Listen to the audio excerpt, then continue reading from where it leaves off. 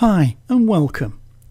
In the last video we looked at how to create luminosity masks for the shadows, for the midtones and for the highlights. In this video let's have a brief look at how we can use those luminosity masks in improving our images. Well, let's get on with it. My name's Ken Fisher and this is LiveLink Training.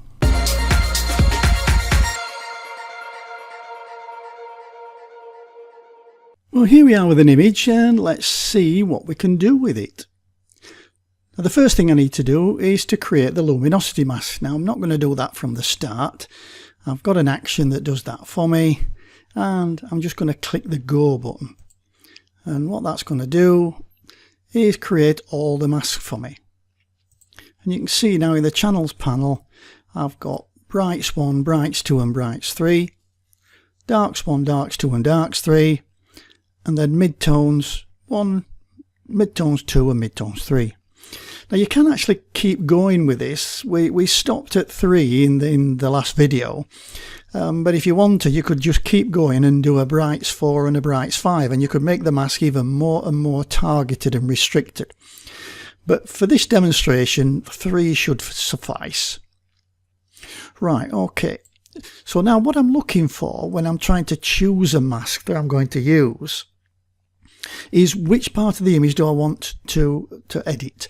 Well, let's say the sky on this one.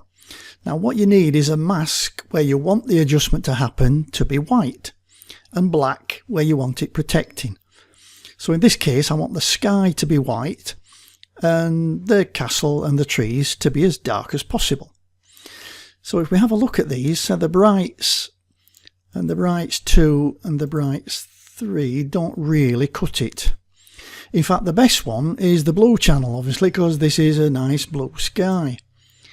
And that's not going to be bad, actually. And it doesn't matter which channel you use.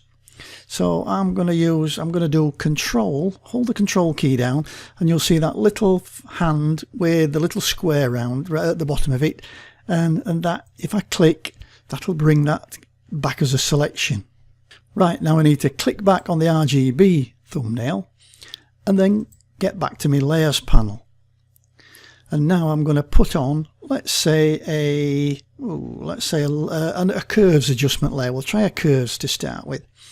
And what's going to happen is that when I put this adjustment on, it'll use that selection to create a mask. And there it is. You can see the mask now. If I hold the Alt key down and click on it, it'll bring it up full screen. And you can see this is the mask that we've created. Now, we can help it along because these really want to be as dark as they can, if possible black. So I'm going to use image, adjustments and levels. And I'm just going to try and help it along a little bit. So I'm going to pull the white slider to make the sky whiter. And then I'm going to pull the black slider across. That's going to make all those trees and everything black. And then we'll try the midtone slider to make the castle quite black as well. And then we'll try and pull the white slider a bit more to make that sky nice and white.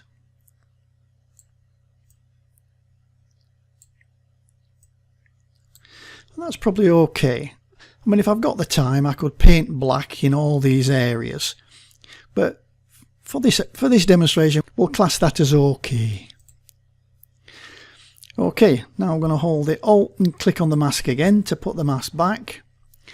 And now I'm going to click on the adjustment. And over here in the Properties panel, you can see the curves adjustment.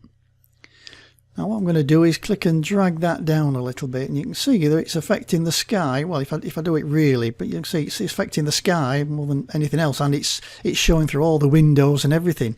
So it saves you masking out different parts of an image. So I'm just going to drag that down and make that sky a little bit bluer, because it was actually quite a nice day. Okay, so we've now used a luminosity mask to affect the sky. And that's pretty cool. And they do tend to be quite nice gradations between the blacks and the whites. So they do give us some really nice transitions. Okay, what we're going to try now, well, we'll try the bushes down at the bottom. We'll try and just make them a little bit greener. So I'm going to go back to my channels panel, and which one would we choose for this? Well, we want one in which the bushes are really light and the sky and the castle are really dark. Now if I try my darks 3, that's more or less fitting the bill actually. So I'm going to hold the control key down and click on it, and that's going to bring me up my selection. I'm going to zoom back up and click on my RGB channel and then get back to my layers panel. But this time I'm going to choose a hue and saturation adjustment layer.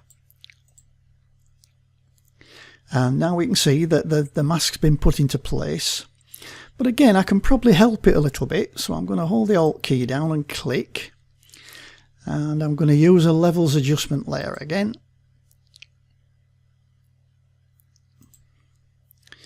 But this time I'm just trying to make the blacks a bit blacker.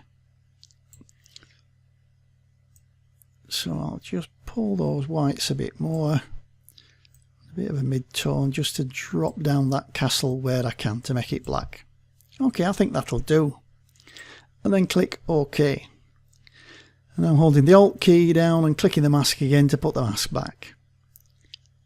Right, we've now got a hue and saturation adjustment layer in the properties panel. So now what I can do is I can just, like I said, boost the saturation. And if I say I'll do it a lot and not a lot, and you see it's actually still pretty restricted through the mask, so it's a subtle adjustment. But if I pull that right over, you can see that I've actually got quite a bit of greenery going on. So I'll just turn that on and off. And it just shows you, if I turn that on and off, if I actually disable this mask by holding the Shift key and clicking it, you can see that's what the adjustment would be doing if it was not for that mask. So we've really pulled the heck out of this and made it nuclear. But the mask allows it, say I'll Shift click on it again, the mask allows it to be a more subtle adjustment. And I quite like that. I think that's looking good. Now we'll put them in a group.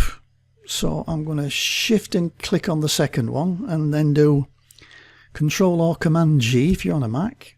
That puts them into a group, and then I can turn them both off together. So that's where we started, and that's where we finished. And that's just using 2 luminosity masks. Well, that's it for now. How to use luminosity masks.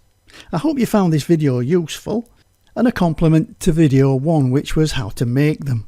If you did, please share it with your friends, give me a thumbs up on YouTube, or leave me a comment in the more area under the video. And click that subscribe button to help me reach more Photoshop users. If you're passing by on Facebook, say hi and like my page Live Link Training. It will be much appreciated. I'll see you in the very next video. Bye for now.